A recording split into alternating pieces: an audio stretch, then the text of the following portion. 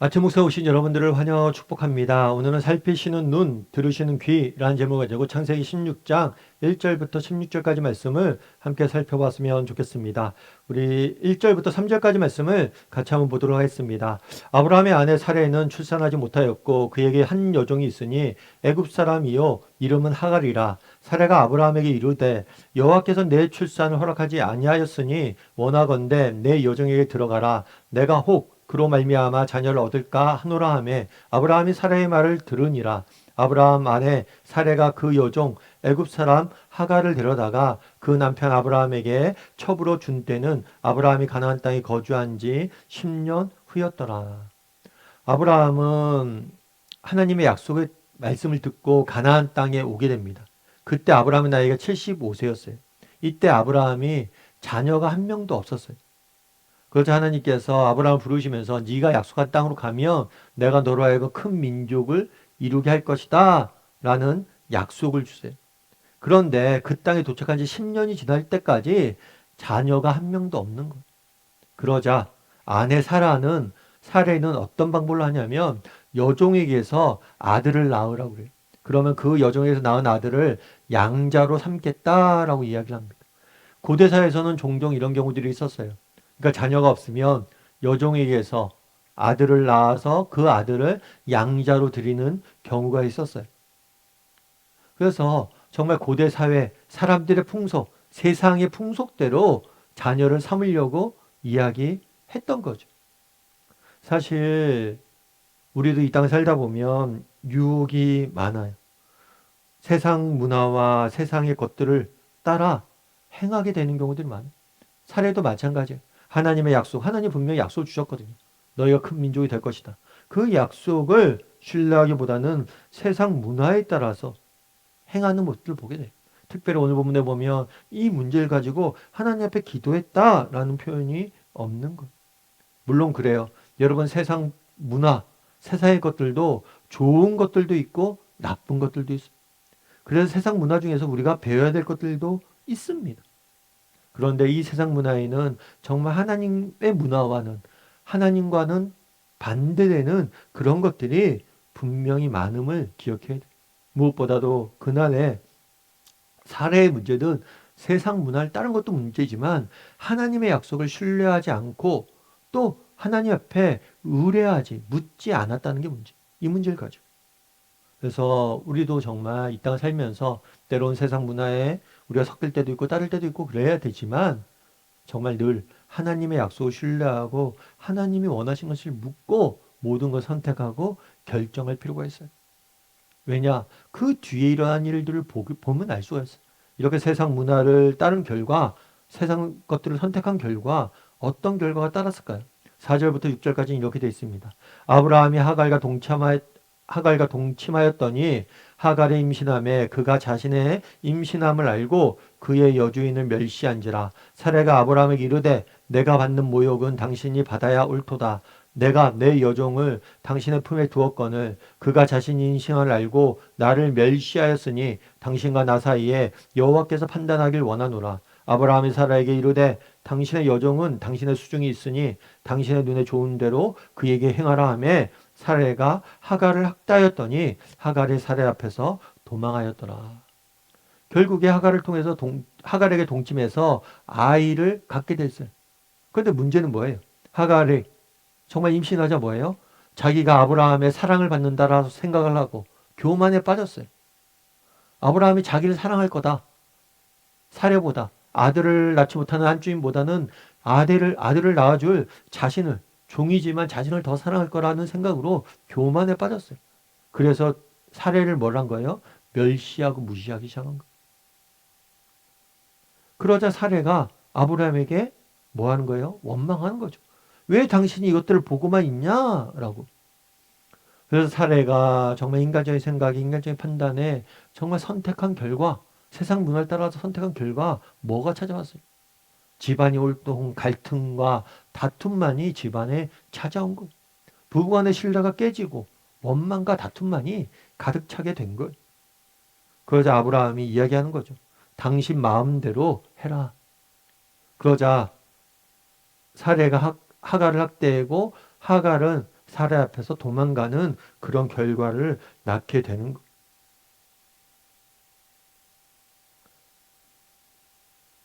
사실 이것은 쉬운 일이 아니죠. 정말 지금도 그렇지만 여자 혼자 정말 집 밖에서 집을 나와서 정말 어디론가 도망가는 건 쉬운 일이 아니에요. 언제든지 집을 떠난다는 것은 매우 위험한 일이에요. 언제든지 알 수 없는 위험이 있는 거죠. 이렇게 집에서 도망간 하갈에게 하나님의 천사가 찾아옵니다. 7절부터 11절 말씀 함께 볼까요?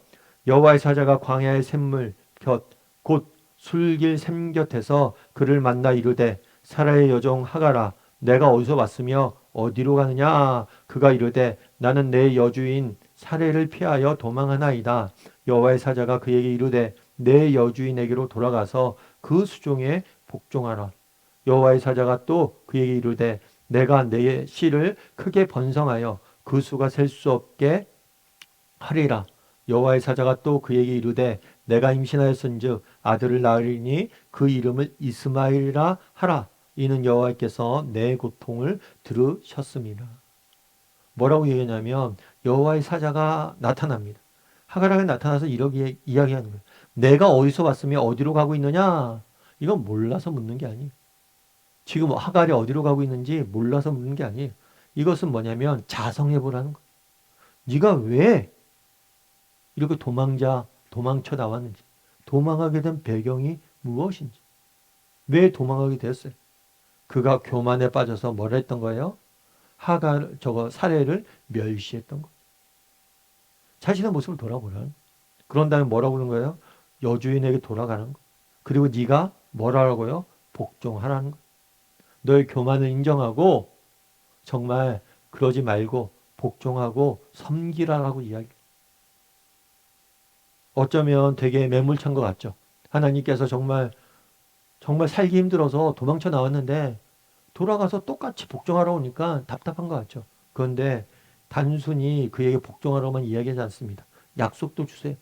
그러면 네가 내 말에 순종해서 교만을 버리고 하나님의 말씀 내 말에 순종하면 네 씨가 크게 번성하여 그 수가 셀 수 없이 많게 될 것이다. 그리고 네가 아들을 낳으면 이스마엘이라고 지어라. 하나님께서 내 고통을 들으셨다라고. 그래서 그날에 하갈에게 나타나서 정말 돌아가서 너의 잘못을 인정하고 정말 복종한다면 하나님께서 너에게 수없이 많은 후손을 줄 것이라고 약속을 주신 것. 그리고 이 약속은 실제로 이루어졌죠. 이 이스마엘의 후손이 바로 아랍 사람들, 중동 사람들, 수많은 사람들이 그곳에서 나오게 된 것. 우리도 마찬가지예요. 여러분 오늘 본문에서 우리가 알 수 있는 건 뭐예요? 정말 그날의 사례가 하나님의 약속을 신뢰하지 않고 뭐예요? 하갈에게서 아이를 낳게 했잖아요. 그 결과 너무나 많은 어려움들이 있었던 거죠. 또 하갈도 마찬가지. 교만해져서 자기 마음대로 하려다가 결국에 이 어려움이 있었던 거죠. 하나님께 뭐라고 그래요? 나를 신뢰하고 내가 너 아들 낳게 할 것이고 그 아들을 통해서 많은 민족을 이룰 것이고 네가 조상이 될 거니까 나를 믿고 돌아가서 복종하라는 거. 그리고 실제로 이루어졌잖아요. 우리도 마찬가지. 이 땅을 살면서 정말 세상적인 방법을 우리가 쓸 수도 있어요. 인간적인 생각과 다른 길로 하나님이 인도할 때가 있어요. 그럴 때라도 정말 하나님을 신뢰하고 하나님의 방법을 선택할 수 있어야 돼요. 그랬을 때 하나님께서 우리를 지키시고 인도하시는 것. 세상의 방법이 아니라 하나님을 신뢰하고 하나님의 방법을 선택할 수 있어야 돼요. 미국 동부에 어떤 명문 가문이 있었습니다. 이 명문 가문에는 아들이 한 명 있었어요. 그런데 이 아들이 어렸을 땐 교회를 잘 다녔어요. 그럼 대학생이 되어서 불행하게도 인본주의 사상에 빠졌어요. 결국에 무신론자가 됐어요. 교회도 안 나오고 신은 없다고 이야기하면서 교회를 떠난 거죠. 그럼에도 불구하고 그들의 부모님은 이 아들을 위해서 계속해서 기도했어요. 하지만 아무리 기도해도 아들이 돌아올 기미가 보이지 않았어요. 회심하지 않았어요. 그러다가 남북 전쟁이 미국에서 터졌습니다. 그리고 사람들이 전쟁에 참여하게 됐고 또 이 아들도 전쟁에 참여해야만 했어요. 물론 부모님들이 굉장히 가문이고 권력이 많았어요. 그래서 아들을 면제시킬 수도 있었어요. 하는데 기도하는 가운데 정말 많은 사람들이 아들을 보내는데 내가 힘이 있다고 우리 아들만 안 보내면 안 되지 하고 군대에 보내기로 결정을 했어요. 그리고 군대에 가서도 좋은 곳에 배치받게 할 수 있었어요. 그런데 많은 지금 아들들이 가서 그렇게 하고 있는 거죠. 근데 우리 아들만 그렇게 하는 건 하나님의 뜻이 아닌 것 같았어요. 그래서 하나님 그냥 기도만 했어요. 하나님의 뜻이 아들의 군대 생활 속에서 이루어지기만을 기도했어요. 그 결과 아들은 최전방에 배치가 됩니다. 그리고 전쟁터에서 싸우다가 큰 부상을 당하게 돼요. 이 소식을 접하고 어떻게 할까 고민이 됐어요.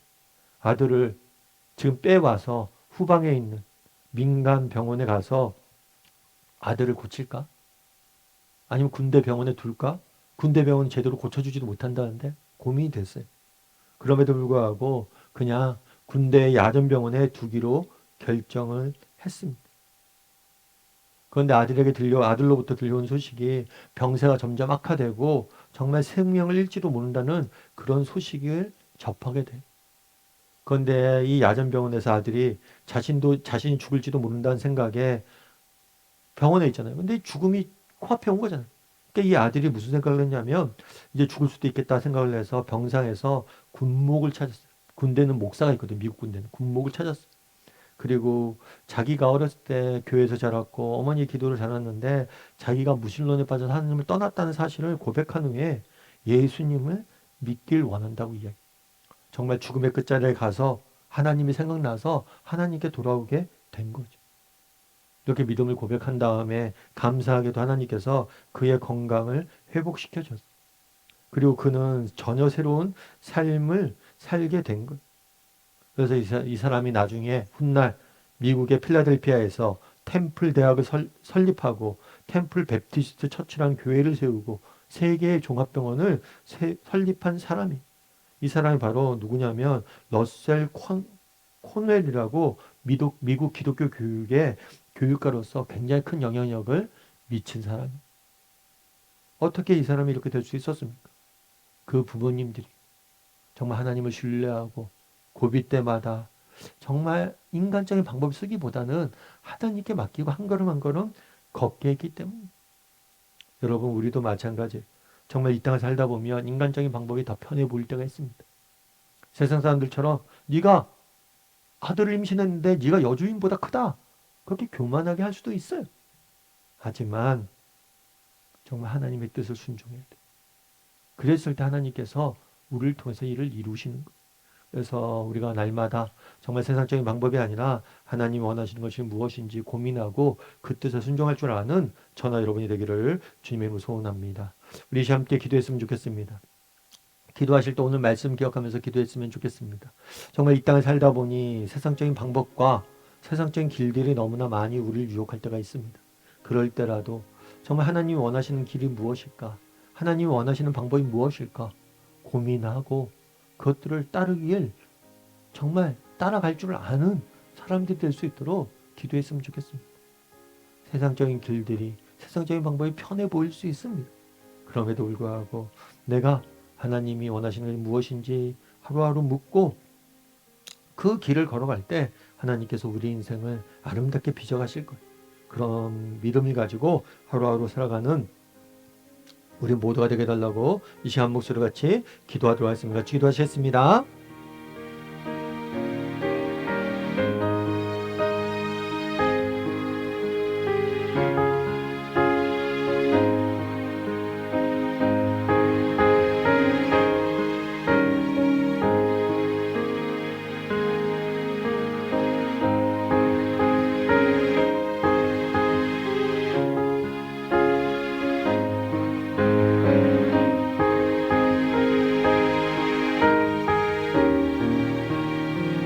사랑의 하나님, 정말 이 땅 살다 보니 세상적인 방법과 세상적인 유혹이 넘쳐날 때가 너무 많습니다. 그럴 때라도 정말 하나님이 원하시는 게 무엇인지 돌아보고 하나님을 신뢰할 줄 아는 사람이 되게 도와 주시옵소서. 비록 지금은 믿음의 길이 돌아가는 것 같고 지금은 믿음의 길이 정말 어두운 길 같지만 손해보는 길 같지만 하나님께서 마침내 우리를 승리케 할 것임을 믿고 믿음의 길을 걸어갈 줄 아는 우리 모두가 될 수 있도록 주여 붙잡아 주시옵소서. 오늘 하루 세상을 살면서 하나님이 원하시는 게 무엇인지 묻고 그 길에 순종할 줄 아는 믿음의 사람들이 될 수 있도록 하나님 은혜를 더하여 주시옵소서. 하나님께서 우리와 함께 할 줄 믿사오며 모든 말씀 예수님의 이름으로 기도드립니다. 아멘.